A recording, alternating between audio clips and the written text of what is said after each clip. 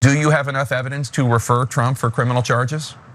Well, we have not made a decision about referrals on the committee. I think that it is absolutely the case. It's absolutely clear that what President Trump was doing, what a number of people around him were doing, that they knew it was unlawful. They did it anyway.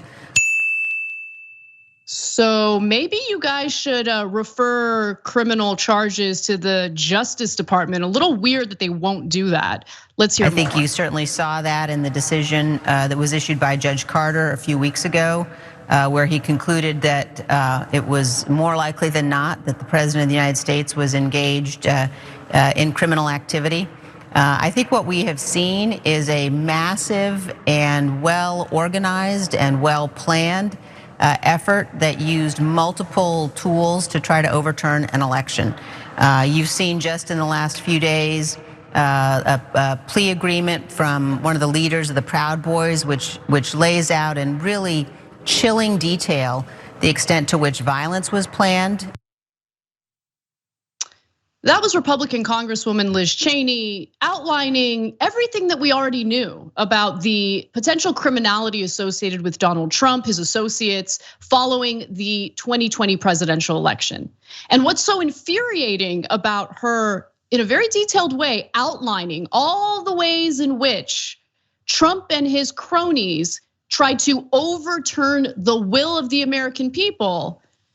Latest news indicates that members of the January 6th committee can't really decide on whether or not they want to refer possible criminal charges toward Donald Trump to the DOJ. To which I say, what is the point? What is the point of this panel? What are they doing? They've been investigating the Capitol riots for over a year now. And if there is no real intention to hold the top guy accountable for what he did, what is the point? What is the point? And it seems like a lot of what they're doing through their investigating is building a political case against Donald Trump, against the individuals associated with him. They're very aggressive when it comes to subpoenas. They have no problem referring charges to the DOJ when it comes to various Trump administration officials who refuse to cooperate with the investigation. But it stops there, because even though they've told us on multiple occasions that they have evidence indicating that Trump engaged in criminality, they are not recommending to the DOJ that Trump be charged criminally for it. So what's the point?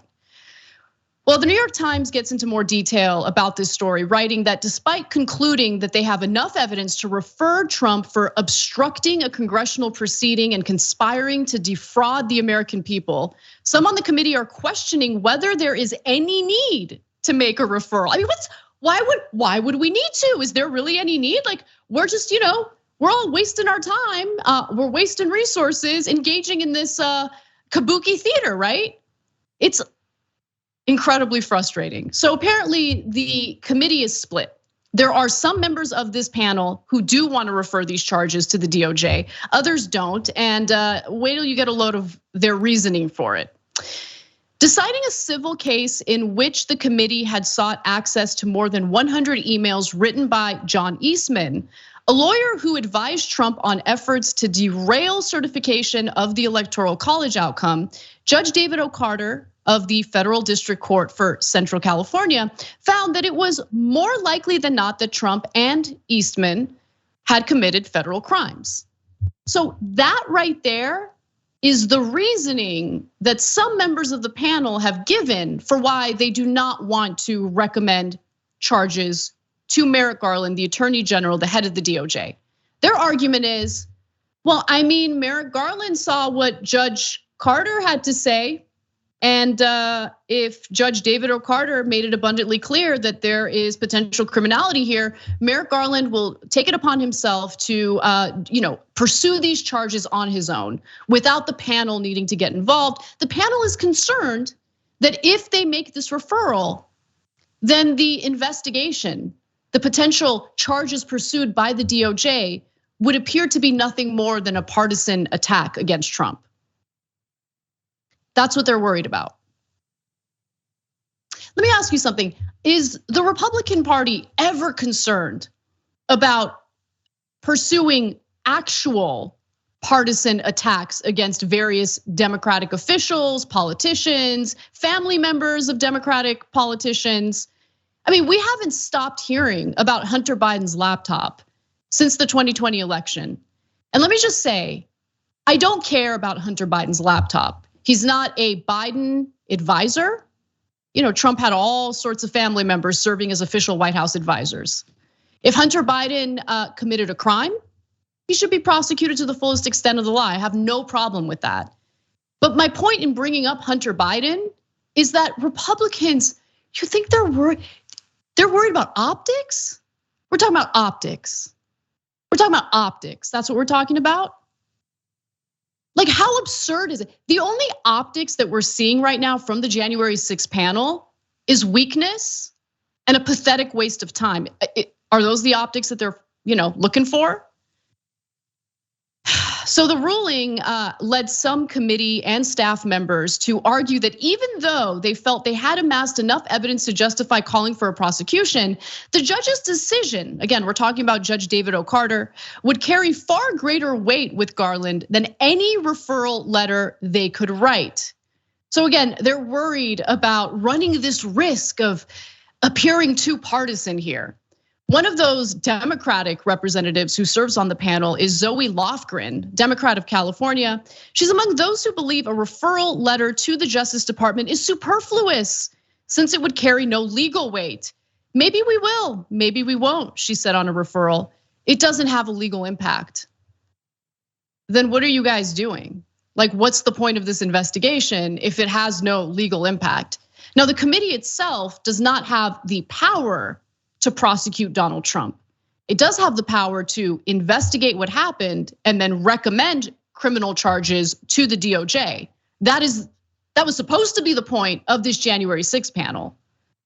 And Lofgren, for some reason, is refusing to pursue this in the way that it was advertised to the American people. One must wonder why. Why? What are you worried about, Lofgren? Are you worried about some retaliation? Are you worried that members of your own party might face similar investigations for other purposes? I don't know.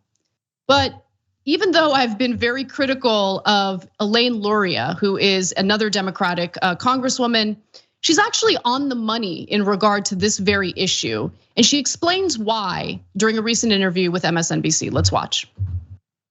I don't agree with what some of my colleagues have said about this. I think it's a lot more important to do what's right than it is to worry about the political ramifications. And this committee, our purpose is legislative and oversight. But if in the course of our investigation we find that criminal activity has occurred, I think it's our responsibility to refer that to the Department of Justice, even if they already know, even if 10 other judges or sets of circumstances have made that determination. I think it's within the responsibility of our committee, if we should find that evidence, that we do refer it. I agree with her. It is the responsibility of the committee. Otherwise, what is the purpose of the committee?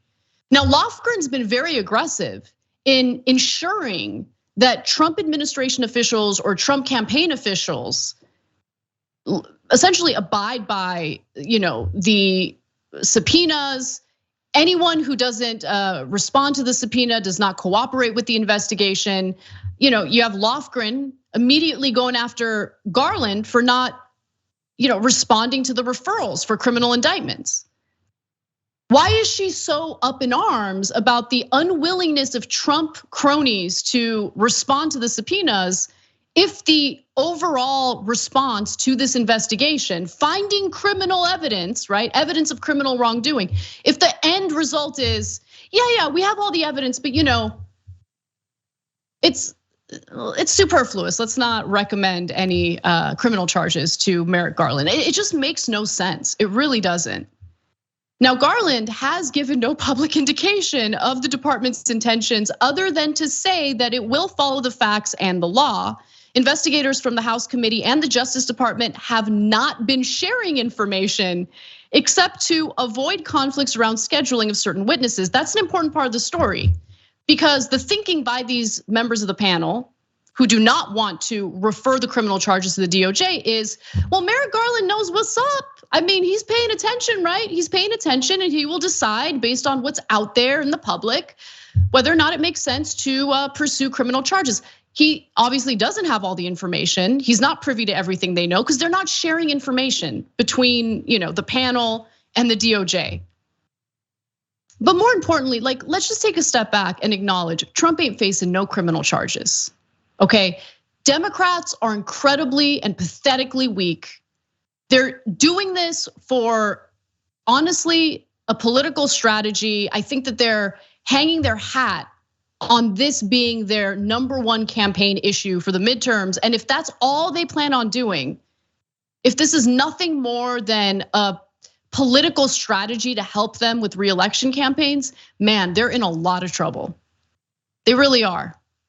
If this is all you're gonna offer to the American people, and then you're not even gonna pursue criminal charges against the very person you say you have evidence against, what is the point? Why would anyone believe you? Why would anyone want to vote for you?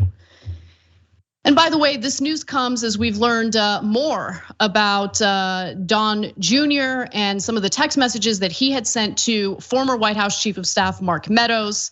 So apparently 2 days after the 2020 presidential election, as votes were still being tallied, Donald Trump's eldest son texted then White House Chief of Staff Mark Meadows that, quote, "We have operational control to ensure his father would get a second term with Republican majorities in the US Senate and swing state legislatures." He tweeted, "It's very simple," to Meadows on November 5th, adding later in the same missive, "We have multiple paths, we control them all." Don Jr. makes specific reference to filing lawsuits and advocating recounts to prevent certain swing states from certifying their results, as well as having a handful of Republican state houses put forward slates of fake Trump electors. If all that failed, according to the Trump Jr. text, GOP lawmakers in Congress would simply vote to reinstall Trump as president on January 6th. He texted this, "We have operational control, total leverage," the message reads. "Moral high ground, President of the United States must start second term now." So those text messages are pretty damning because it shows that the people closest to Trump absolutely knew that Trump lost the election and were conspiring some sort of strategy to overturn the results and go against the will of the American people. But does any of this really matter if the people who served as ringleaders for this don't face any real consequences? If the only people who face consequences are the dupes, the morons who got tricked by Donald Trump to storm the Capitol on January 6th. And of course, Trump then turned around after saying he would march with them. He turned around, went to the White House, sat his ass on a couch and watched everything unfold. Those people are the only ones who seem to be facing real criminal charges. Makes you wonder why. Thanks for watching The Young Turks, really appreciate it. Another way to show support is through YouTube memberships. You'll get to interact with us more. There's live chat emojis, badges. You've got emojis of me, Anna, John, JR. So those are super fun. But you also get playback of our exclusive member-only shows and specials right after they air. So all of that, all you gotta do is click that join button right underneath the video. Thank you.